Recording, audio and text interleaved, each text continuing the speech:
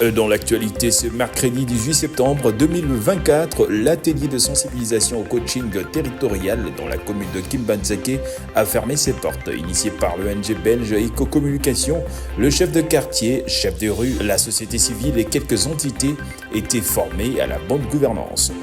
L'avenue Kassavubu dans la commune de Kinshasa se trouve dans un état piteux. Le tronçon compris entre les avenues Chouapa et Itaga est impraticable.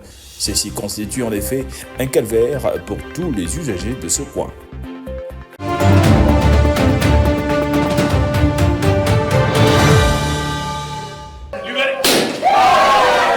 Qui commence bien, finit bien. Ce mercredi 18 septembre 2024, l'atelier de sensibilisation au coaching territorial dans la commune de Kimbanzeke a fermé ses portes. Dans un travail de groupe, le deuxième jour s'est focalisé sur les travaux pratiques de problèmes majeurs dans la commune de Kimbanzeke, précisément dans des quartiers où l'insécurité et l'insalubrité battent leur plein. Le premier pas a été fait. Chaque groupe, on a constitué 4 groupes. Chaque groupe a su donner le contenu de la cartographie et chaque groupe avait présenté le travail. Maintenant, le reste du travail, ils ont déjà cerné tous les contours du travail avec certains détails que nous avons essayé de faire ensemble avec les participants. Maintenant, c'est à leur tour parce que, en ma qualité de coach, ce n'est pas moi qui vais faire ça à leur place. Donc, c'est eux, acteurs, qui doivent faire. Donc, moi, je donne les outils nécessaires et sur la base de ces outils, et ils vont faire la cartographie des acteurs. Satisfaits de cette initiative, les participants à ces forums se sont exprimés en ces termes. Ça nous a aguerri, comme on dit, ça nous a donné les méthodes, les techniques pour pouvoir affronter les problèmes une fois que nous serons sur terrain afin de résoudre les différents problèmes qu'on vient de relever. Il est vrai qu'on a relevé 2 problèmes, mais la commune de Kimbanzeke a beaucoup de problèmes. On a voulu mettre en exergue les 2 problèmes qu'on a trouvés majeurs afin, avec l'aide, comme je venais de dire, des différents partenaires, d'éradiquer un peu ces phénomènes pour vivre paisiblement à Kimbanzeke. Nous attendons à ce que le partenaire puisse nous aider à trouver des solutions. Puisque souvent nous avons toujours eu de tels ateliers, mais les solutions de ces ateliers-là n'arrivent pas à la fin. C'est pourquoi cette fois-ci, nous insistons avec la modernité. Tous ceux qui me suivent, s'ils peuvent nous porter la main forte, afin que nous puissions trouver des solutions aux problèmes de la commune de Kimbanzeke. À savoir, le but de ces travaux était de former le chef des quartiers, le chef des rues, la société civile et quelques entités de la commune de Kimbanzeke pour la bonne gouvernance territoriale. Cet atelier de sensibilisation au coaching territorial à Kinshasa est une initiative de l'ONG belge Éco-Communication travaillant en collaboration avec la ville de Bruxelles et en partenariat avec la commune de Kimbanzeke.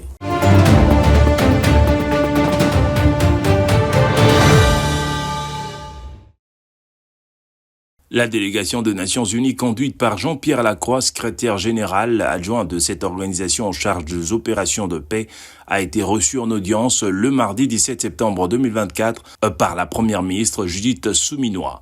Au cours de cette audience, l'ONU a réaffirmé la volonté de son organisation à réactiver le programme de désarmement, démobilisation et réintégration de combattants de groupes armés en vue de la paix dans l'est de la RDC. En outre, les échanges ont porté sur la suite du désengagement de la MONUSCO au Sud Kivu en mettant en place les structures de travail appropriées. Nous sommes convenus qu'il était important non seulement de continuer à travailler ensemble dans la perspective de la définition des prochaines étapes du désengagement de la MONUSCO, des engagements responsables, graduels, qui doit être adapté aux réalités du terrain, adapté aux évolutions sécuritaires et politiques. Accompagné de la chef de la MONUSCO, Bintou Keïta, le responsable onusien a également souligné la volonté de continuer à travailler en étroite collaboration avec le gouvernement congolais. Autres activités que nous voulons continuer à conduire avec le gouvernement, nous avons parlé de l'importance de réactiver le désarmement, la démobilisation, la réintégration des combattants, l'importance qui s'attache à ce que toutes les structures soient en place, les ressources également, parmi d'autres sujets. À savoir, le programme du gouvernement souminois accorde une place à la protection du territoire national et à la sécurisation de personnes et leurs biens. Ce deuxième pilier du programme d'action du gouvernement 2024-2028 prévoit entre autres de redéfinir et d'accompagner la nouvelle configuration de la présence onusienne en RDC.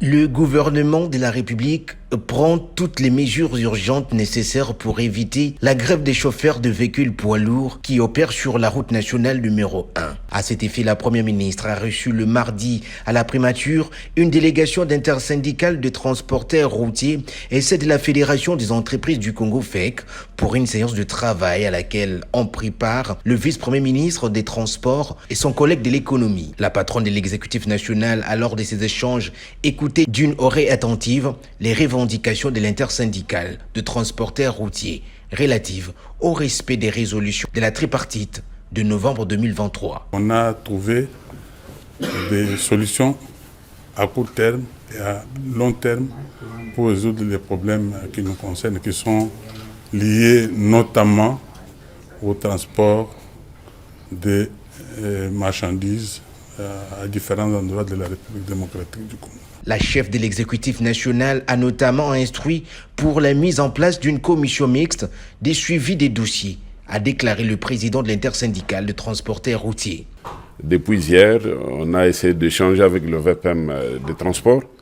On a senti en lui une volonté ferme. Et d'ailleurs, tout à l'heure là, alors qu'on pensait, on disait qu'on devrait...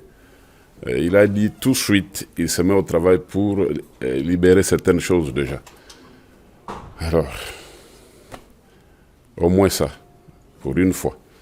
Nous attendons que ça se matérialise. Nous sommes aussi, nous voulons être aussi directs avec le gouvernement. Je crois que nous tendons lentement, mais sûrement vers, qu'est-ce que je peux dire, le déclic. Le gouvernement tient à éviter une paralysie d'activité économique sur l'axe routier national numéro 1 qui approvisionne Kinshasa en produits alimentaires et autres.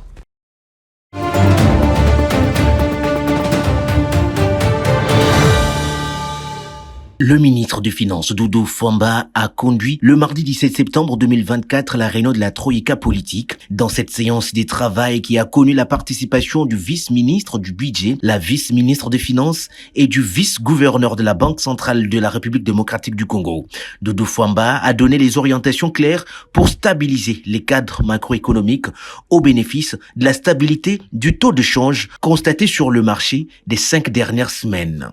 Cette orientation de l'argentier national figure dans le lot des solutions structurelles de la longue durée qui peut ancrer la stabilité, ainsi aller au-delà aux simples conjonctures pour lutter contre la dépréciation de la monnaie nationale et ses facieuses. Cette orientation de l'argentier national figure dans le lot de la solution structurelle de longue durée qui peut ancrer la stabilité, ainsi aller au-delà de simples conjoncturelles pour lutter contre la dépréciation de la monnaie nationale et de ses conséquences socio-économiques en République démocratique du Congo. Notons qu'au cours de cette réunion, la Troïka politique a constaté que la stabilité est en train d'être consolidée et la République démocratique du Congo est à la 5e semaine consécutive. L'inflation est en décélération. Au cours de la réunion de ce jour, on a constaté que la stabilité était en train de se consolider, on est à la 5e semaine consécutive que l'inflation est en décélération. Aujourd'hui, le ministre a estimé qu'il faut, au-delà du conjoncturel, c'est-à-dire en même temps qu'on lutte pour stabiliser les cadres, pour stabiliser, baisser l'inflation, pour stabiliser les taux d'échange, il faut aller au-delà. Il faut aller au-delà. La République démocratique du Congo compte mobiliser 2,5 milliards de dollars américains dans le programme des négociations avec le Fonds monétaire international, a révélé le coordonnateur des CTR à l'issue de cette réunion. Tant que nous allons continuer à dépendre infiniment dans une grande part des importations, où nous déboursons plus de ressources, et ce mouvement, cette tendance à la détérioration de notre monnaie nationale, va se poursuivre, surtout que nous sommes une économie dollarisée. Et donc, les orientations ont été données. C'est dans cette perspective que la troïka politique, les ministres des Finances, le ministre du Budget, travaillent pour mobiliser les ressources, à la fois les ressources intérieures et les ressources extérieures. Une situation qui témoigne des efforts menés par les autorités pour une fois mobiliser les ressources, augmenter l'investissement et créer les richesses au pays.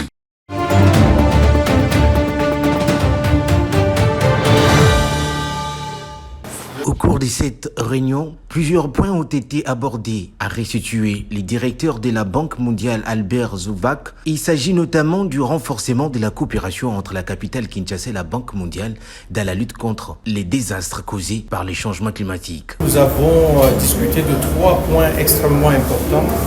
Le premier, c'est l'opérationnalisation du plan de lutte contre les désastres liés au climat, n'est-ce pas?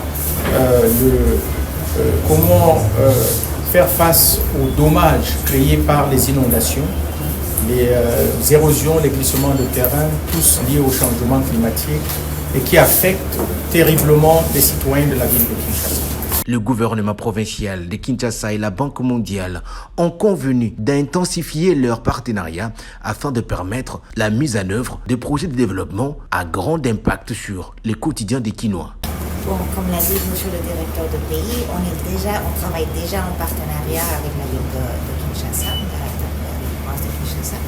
Sous le projet Kinelenda, on travaille sur le volet de eau, le volet de déchets, sur le volet d'inondation, sur le volet des érosions. Et on va continuer ce partenariat pour les prochaines 2 années. Et on espère construire à ce moment-là quelque chose de continuer dans le futur en prenant les expériences positives de la mise en œuvre de ce projet. Dans cette perspective, assure Katilina Massaralanda, responsable de la Banque mondiale en matière de l'urbanisme et résilience et du foncier pour l'Afrique de l'Est, la Banque mondiale va continuer à travailler avec les villes, surtout la ville-province de Kinshasa, pour relever les défis auxquels elle fait face.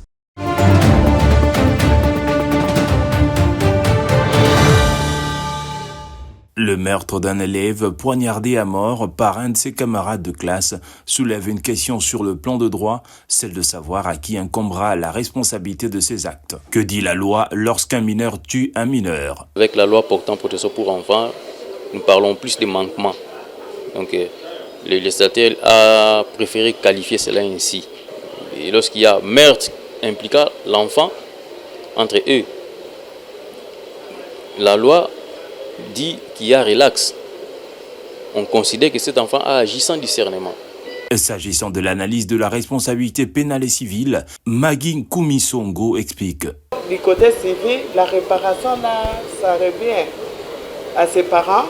Et moi, je ne peux pas aussi épargner l'école. Donc ça veut dire que premier civilement responsable, ce sont ses parents. Et deuxièmement, l'école aussi n'a pas bien surveillé quand même ses enfants. S'il y avait vraiment des surveillances, beaucoup de sécurité, cet acte-là n'allait pas être commis. Rappelons que le procès du présumé meurtrier de Ryan, prévu le 13 septembre du mois en cours, a été reporté pour le vendredi 20 septembre 2024 au tribunal pour enfants Kinshasa Matete.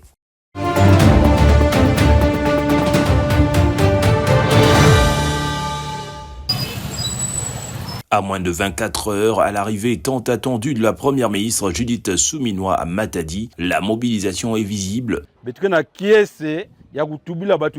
Maman première ministre yandi lembadiaka Congo central v yandike na lenda ve place andike le samu na Congo central anme katwa na Luozi ame lutula kimpese mais ne vous futuka diaka na Matadi kaka na ngonda mosi beto nyonso bana ya Matadi mutuni betuke awa betuke bato IDPS bato parti mingi nyonso yakati ya union sacrée betume sanga na beto nyonso awa.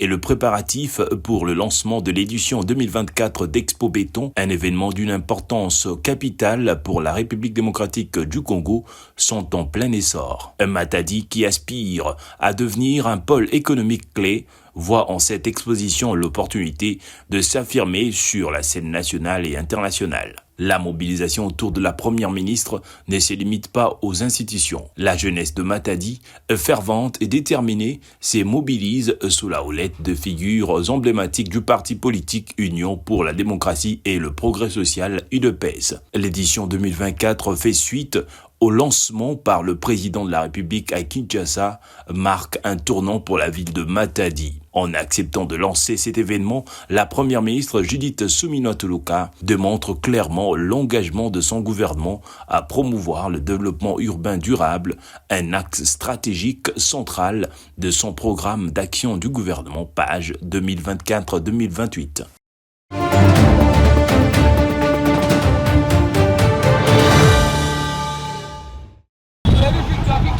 Les caniveaux bouchés contraignent les eaux de pluie à stagner sur l'HEC Kasavubu, plus précisément au tronçon compris entre les avenues Chouapa et Itaga dans la commune de Kinshasa. Un état lamentable pour les usagers et les vendeurs qui empruntent cette voie. C'est là où et baby na négligence na biso bakonzi. Babandaki bien na début babandi ko sala musala ko couler ba béton. À un certain moment, c'est la salité foulou, batunazando bazoteka na désordre, bazoteka na nzela. Nzela c'est que mystique. Ndembula kune bandi bino moko bomona. Balabala oyo Kasavubu. To botami awa to koli awa. Balabala oyo za bongote. Dans un exemple balabala apesi comme ancien président Kasavubu. Prince Ego za la boita. Hein? Commanda Souka boulevard ti Ozui Marty Sengue. La population lance un cri d'alarme aux autorités compétentes en faveur de la réhabilitation de ce tronçon routier. Est-ce